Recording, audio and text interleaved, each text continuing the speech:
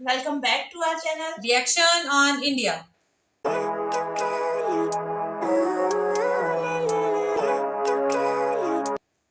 मेरा नाम है नाजिया। मेरा नाम है मिनाहिल। तो आज इस वीडियो पर हम रिएक्शन देने जा रहे हैं। इसका टाइटल है वीडियो का टाइटल है भगवत गीता सार, हाउ टू रीच गॉड, और इनके चैनल का नेम है सच स्टोरी। आज हम लोग इस वीडियो पे रिएक्शन करने जा रहे हैं। वीडियो का लिंक और टाइटल आपको मिलेगा डिस्क्रिप्शन बॉक्स में, जरूर से चेकआउट कीजिएगा इनके चैनल को। और अगर आप हमारे चैनल पे नए हैं तो जल्दी से सब्सक्राइब कर लें और बाकी लिंक्स जो है वो डिस्क्रिप्शन में मौजूद है, वहां उसको फॉलो करें। जल्दी से बढ़ते हैं वीडियो की जानिब और देख लेते हैं ये वीडियो।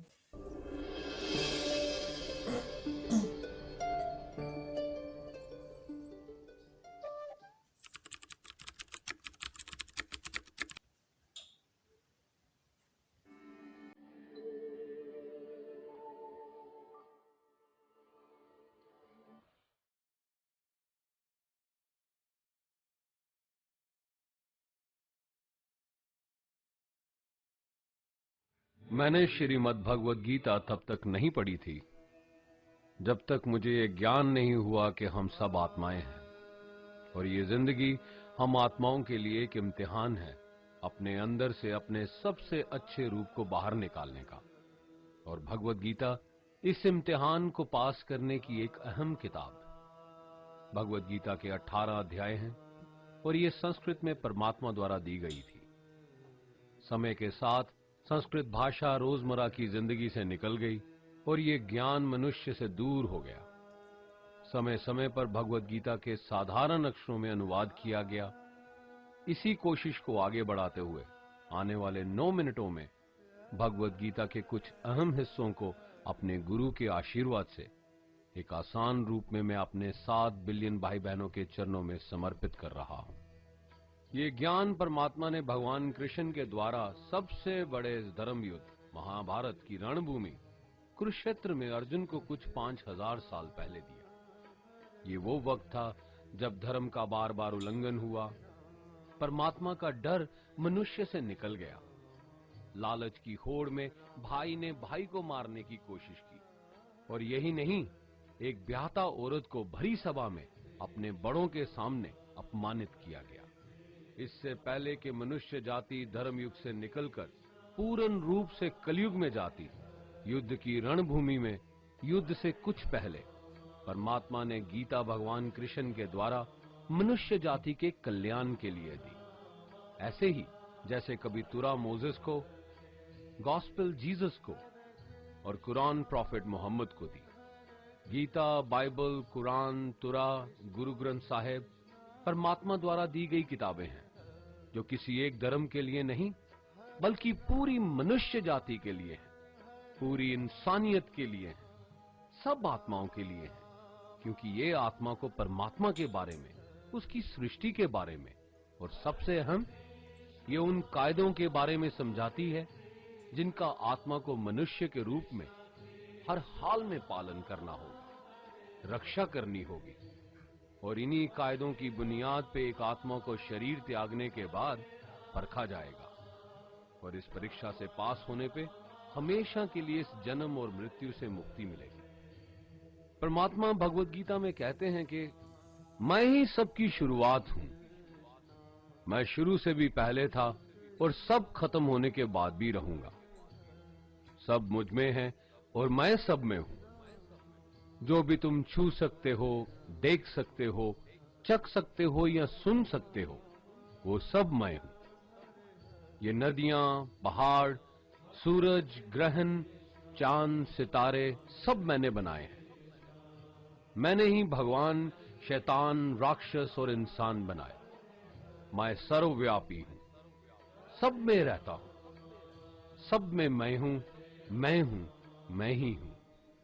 मैं ही ब्रह्मा बन के सब बनाता हूं और रुद्रा बन के सब नष्ट कर देता हूं। मैं ये सृष्टि यूं ही बनाता और तोड़ता रहूंगा ताकि आत्माओं को मौके मिल सके इस जन्म और मृत्यु से एक दिन मोक्ष पाने को, हमेशा के लिए परमात्मा के साथ रहने को।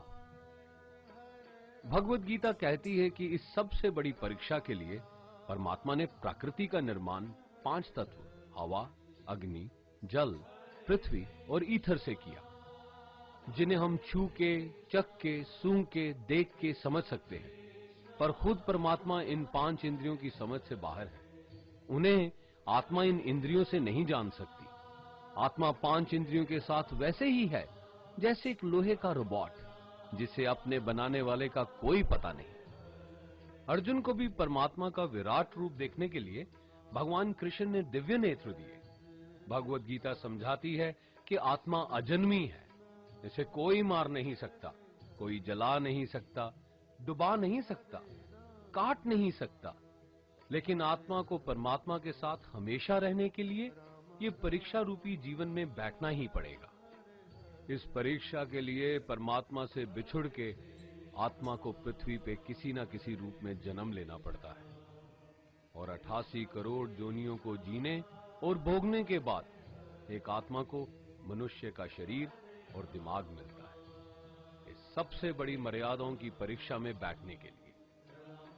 हर मनुष्य को इस पूरी परीक्षा के दौरान तरह तरह की अच्छी और बुरी भावनाओं के चक्रव्यूह में अपने ही भाई बहन या मित्रों के साथ डाला जाता है, जिसमें हर आत्मा को अपने अंदर के तामसिक और राजसिक अवगुणों से निकल के सात्विक जीवन में प्रवेश करने के मौके मिलते हैं। हमारे तामसिक गुण वो हैं जो हमारे अंदर हीन भावना पैदा करके हमें खुद को उदास और नुकसान पहुंचाते हैं, और हमारे राजसिक गुण हमें ईर्ष्यालु और लोभी बना के दूसरों के प्रति नुकसान पहुंचा सकते हैं।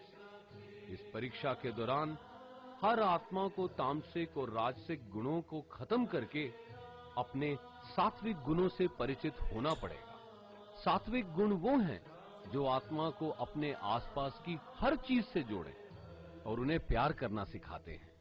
परीक्षा के दौरान हर आत्मा को जीवन के चारों स्तंभ धर्म, अर्थ, काम और मोक्ष का ज्ञान पाके ही मुक्ति मिलती है। यही वो द्वार हैं जिन्हें समझ के ही आत्मा परमात्मा को समझ सकती है। पहला द्वार धर्म का है और शेर इसका प्रतीक है।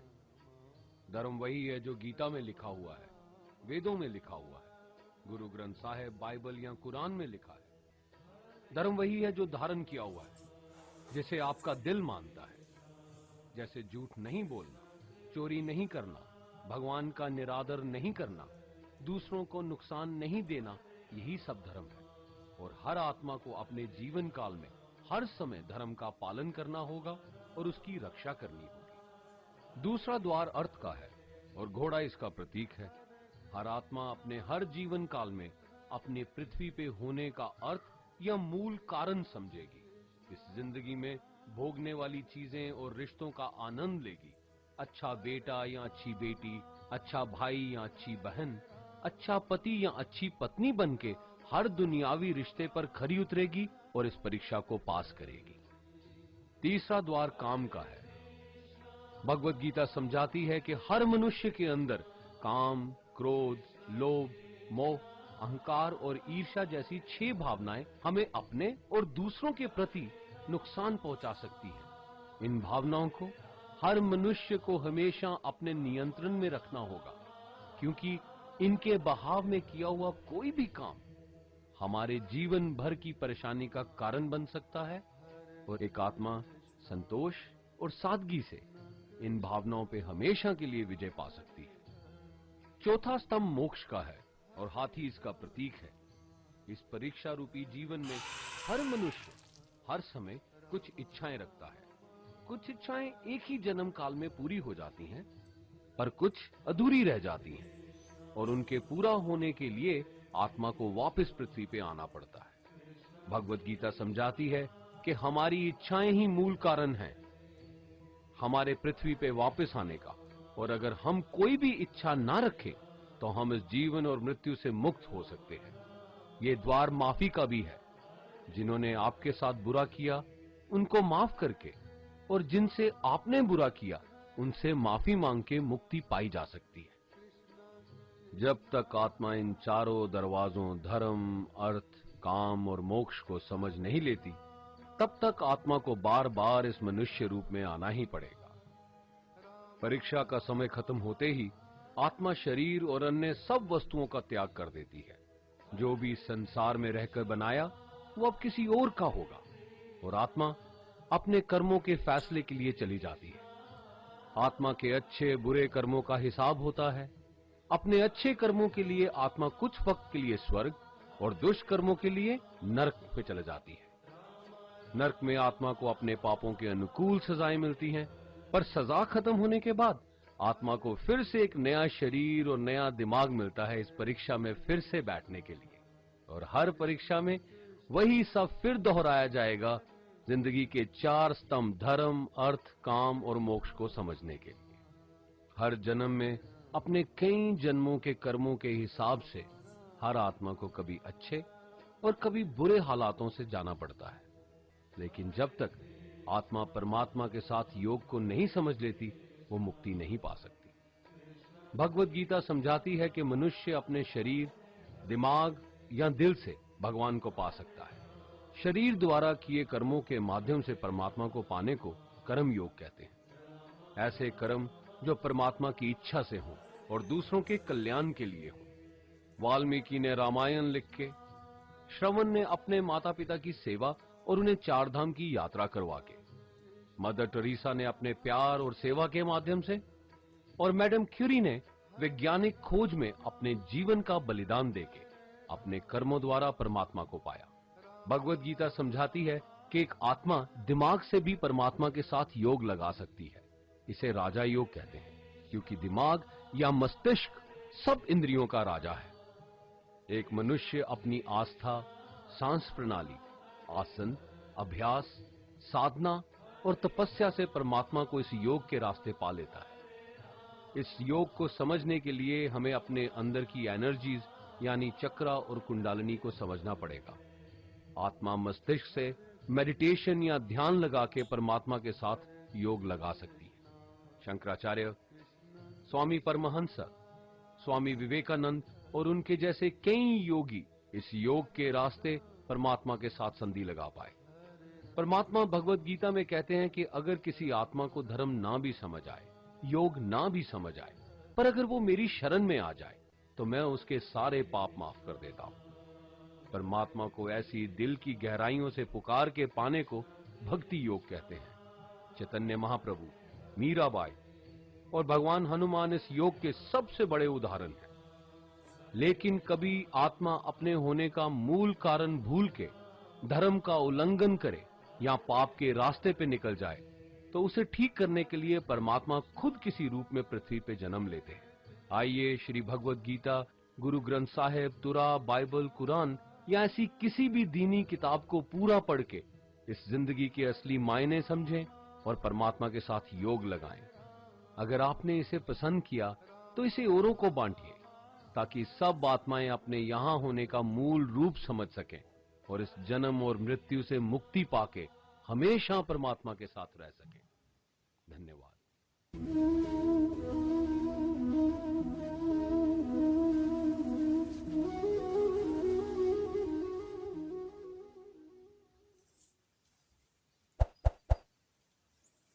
यार मैं इस वीडियो को देख के ना बहुत ज्यादा सरप्राइज हुई हूँ।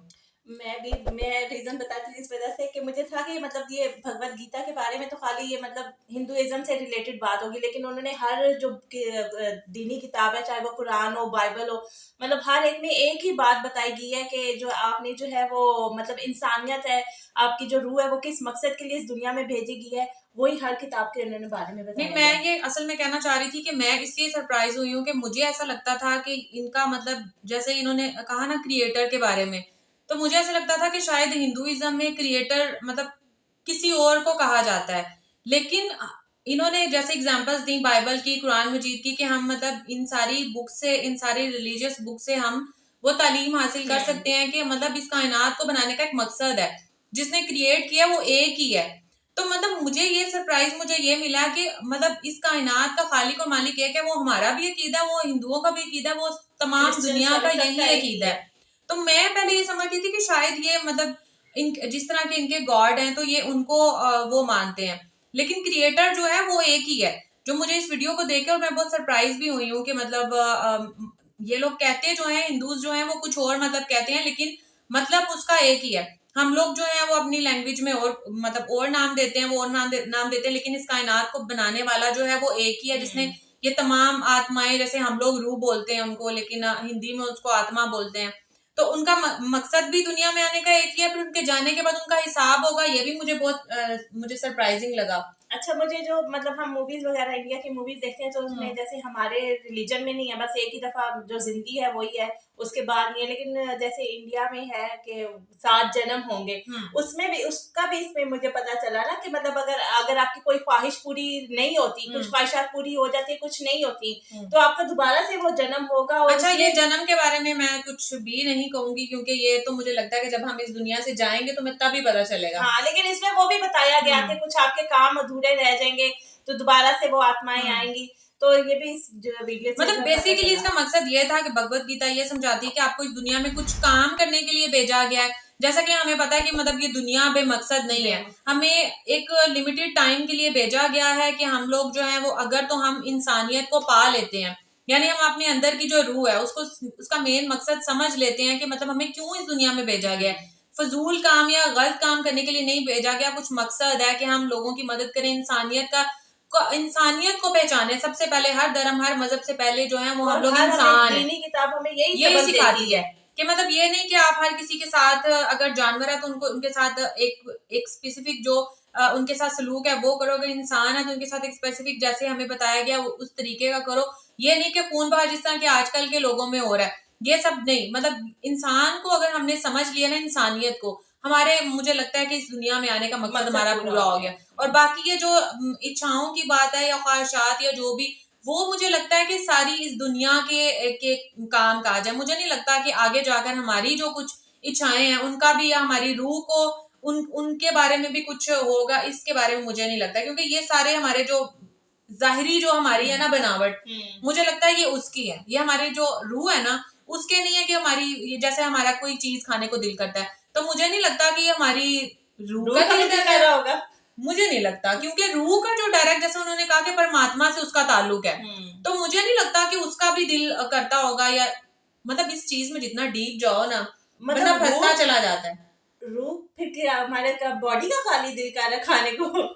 मुझे तो ऐसा ही लगता है, क्योंकि देखो हमारा दिमाग का दिल कर रहा है खाने को, हमारे दिल का दिल कर रहा है हमारा दिमाग में इधर उधर जाते हैं ना। मतलब फर्स्ट ही बात उन्होंने ये की थी कि मतलब आपने अपनी रूह को जो है ना वो किस तरीके से उसका, यार मुझे मैं ये मान रही हूँ कि रूह जो है ना वो बहुत सेक्रेड एक चीज है। उसको जो ये शरीर है ना हमारा, ये मतलब हमारा शरीर जो है वो उसको माइल करता है। हाँ, यही बात उन्होंने की थी ना कि आपने अपनी रूह से जो है वो किस तरह अच्छे काम निकलवाने हैं, इंसानियत, मतलब उसे झूठ नहीं बुलवाना। अब देखो हमें मालूम है कि मतलब कि ये काम गलत है, ये वाली साइड जो है वो सही है, लेकिन मतलब ये हमारा दिमाग है, हमारा दिल है, वो भी थोड़ा काम कर रहा है ना। मतलब उसको समझना चाहिए कि ये साइड गलत पे जा रही है, ये अच्छा है, ये बुरा है। हाँ, क्योंकि जब कोई रूह जो है वो इस दुनिया में आती है तो वो मतलब पहले से वो गुनाहगार नहीं होती है, या पहले से उसने कोई गलत काम नहीं किए होते हैं। जब वो इस दुनिया में आती है ना, उसके बाद जब उसको शरीर एक प्रॉपर मिलता है, जब उसको समझ बूझ थोड़ी आने लगती है, तो तब वो शरीर उससे गलत काम करवाता है या सही काम करवाता है। वो सही भी हो सकता है, वो गलत भी हो सकता है। तो ये नहीं है कि जो ऊपर वाले ने जिस इंसान को इस दुनिया में भेजा है उसको वैसे ही बनाकर भेजा है। ये इंसान खुद अपने आप को जिस चीज में ढाल लेता है। ज्यादा जो है ना आपके दिल और दिमाग का काम है कि आप अपनी रूह को जो है वो किस साइड पे लेके जाते हो, पॉजिटिव की तरफ लेके जाते हो या नेगेटिव लेके जाते हो। आपने अपनी रूह से जो है वो कौन से अच्छे काम करवाने हैं, ये सारा खेल जो है ना दिल और दिमाग का है। बहरहाल बहुत ही जबरदस्त भगवत गीता में बहुत जबरदस्त बातें कही गई जो कि इंसान की भलाई के लिए, समझने के लिए। ये अब इंसानियत के ऊपर है कि वो किस तरीके से फायदा उठाते हैं। बाकी रही बात, अगर हम होली बुक्स की बात करें तो जैसे इन्होंने बाइबल की भी बात की, कुरान मजीद की भी बात की, तो वही आप चाहे अपने आप मत पढ़ो किसी और की बुक, कोई भी आपको फोर्स नहीं कर रहा कि आप लाजमी ये पढ़ो या ये ना पढ़ो। आप जो आपकी अपनी रिलीजियस बुक है आप कम से कम उसको पढ़ के उसी से फायदा उठा लो, क्योंकि ये सारी बुक्स जो हैं इसमें हमें पैगाम देती है, इंसानियत का दर्जा है सबसे पहले। सारी बुक से एक ही मैसेज मिलता है, इंसानियत का मैसेज। कहीं किसी बुक में मुझे नहीं लगता कि लिखा हो कि भाई तुम अपने दूसरे इंसान का खून करो या दूसरे इंसान के घर में जाकर चोरी करो या ये करो, या किसी बुक में जो है वो दूसरी बुक के खिलाफ कोई बात हो, या कुरान मजीद में, बाइबल के या जो इनकी गीता है उनमें, कुरान मजीद या बाइबल किसी बुक के खिलाफ ऐसी कोई बात नहीं होगी। सभी रिलीजियस बुक्स हैं, उनसे हमें सब बस एक ही सबक मिलता है कि हमने जो इंसानियत के साथ किस तरह जो है ना वो अच्छा सलूक करना, उनके साथ कैसे पेश आना है। तो बहुत अच्छा लगा हमें इस वीडियो को देखकर। आप लोगों को हमारा रिएक्शन कैसा लगा जरूर कमेंट करके बताइएगा। अगर वीडियो आपको अच्छी लगे तो लाइक कर दीजिएगा। तो मिलते हैं आपसे नेक्स्ट रिएक्शन वीडियो के साथ। तब तक हमें दें इजाजत। अल्लाह हाफिज।